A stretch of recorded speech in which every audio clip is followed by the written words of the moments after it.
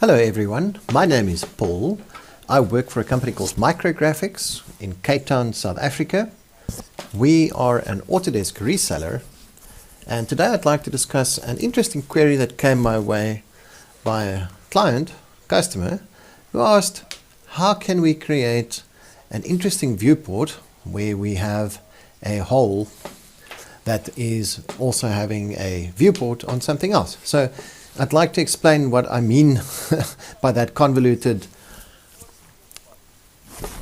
explanation, and I'd like to show you how to do that. So what we have over here is a star in a polygon, and within the polygon there is a place where we might want to place something of focal. So basically we want that situation over there, right?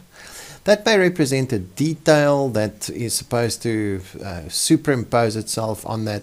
The wipeouts don't work very well, and so we'd like to investigate how can we create this on the other side. Alright, so looking at this, it's a polygon, and looking at that, it's also a polygon. Okay, so let me just copy these two things over here. And the reason I'm copying these, let me copy it onto clipboard, select them and go Control Copy. Here I'm going onto the A3 page that I've set up, and I'm pasting that in. And I'd obviously like to scale that now so that it fits, and we'll just quickly have a look at the page setup manager. It's set to page to PDF onto A3. Okay, so I think a scale of about 1/4 will do fine here. So I'm just going to scale these items down 0.25.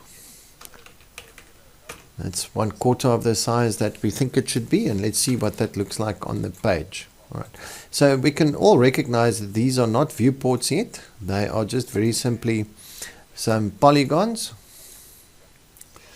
and so we'd like to have these two items we'd like to have as viewports. All right. So the method that you can follow to achieve this is to move the polygon.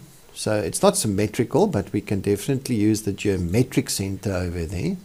Picks up the centroid or the geometric centroid of that shape and put it into the geometric center of the other shape.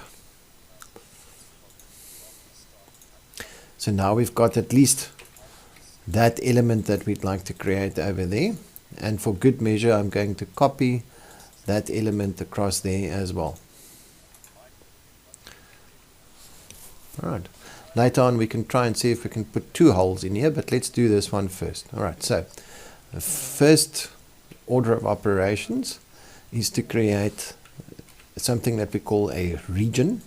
We'll create the region of the outer pentagon, and we'll create a region from the inner pentagon. Now there are two regions. If we select those two regions, we'll see that they're recognized as regions. We can then use the Boolean subtraction. So you can just type in subtract if you've got AutoCAD. Subtract from the larger one the smaller one, and that ends up in one region. The next thing that we need to do is transform this region into a window, into a layout.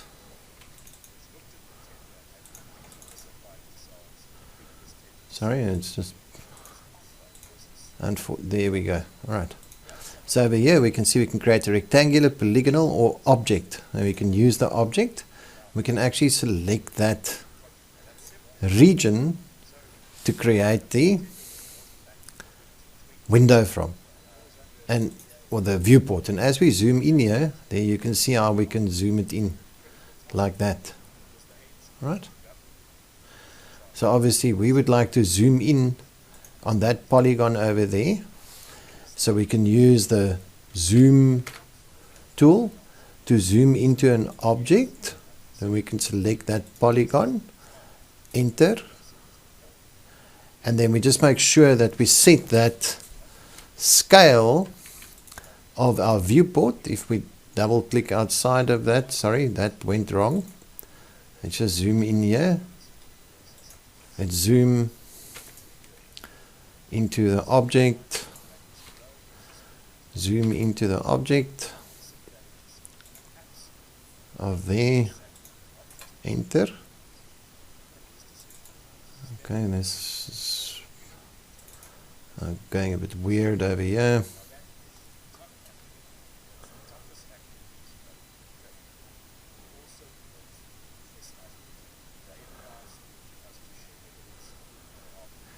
It's a bit difficult when you're in this situation to get the correct orientation of the view, right? So one of the tricks you can pull in a situation like that is select the viewport, maximize the viewport, get into the viewport so you can see the top of the viewport again, like that. Right, so there's the top of the screen. We can double click on the little blue outline to get back to our view there. And then let's just see if that came through. It didn't, so let's try this again. Let's save the file as it is and see what happens when we minimize now.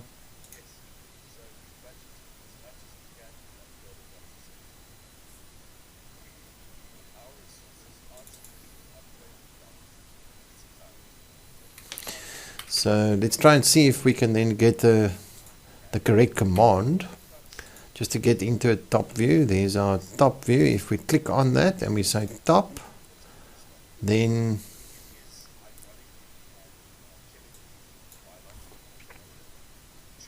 you can see that we've got top. I think if we copy that, let's just see if we paste that, if it accepts it. Enter. Okay, so it will accept that as a command. Let's go in there, type that command in and press enter. Then it will fix our viewport for us like that. And then we can zoom, enter, object, click on that and enter. And then double click off that view. But you can see it's not exactly perfect. So I'm hoping that if we click on that exterior viewport, that we can change the scale from custom to 1, 3, 4. There's 4. 1 is to 4, and that is then perfect. Okay, so there was an interesting challenge that was thrown our way. Maybe by a mistake I made, but it does serve to illustrate the conundrum. And then after we've done that, we can actually lock that. The display locked is yes, so we can't change that anymore. And then we can just change this polyline over there into another viewport. This time it's not a region, that's not necessary, but we can just create an object viewport from that. Click on that and enter, and then we can zoom. First enter that viewport and then zoom, enter into the object of that yellow polyline, enter, click off it, select that item, go on to a scale of 1 is to 4 and lock that viewport, and then we can move that viewport from the geometric center into the geometric center of this item there.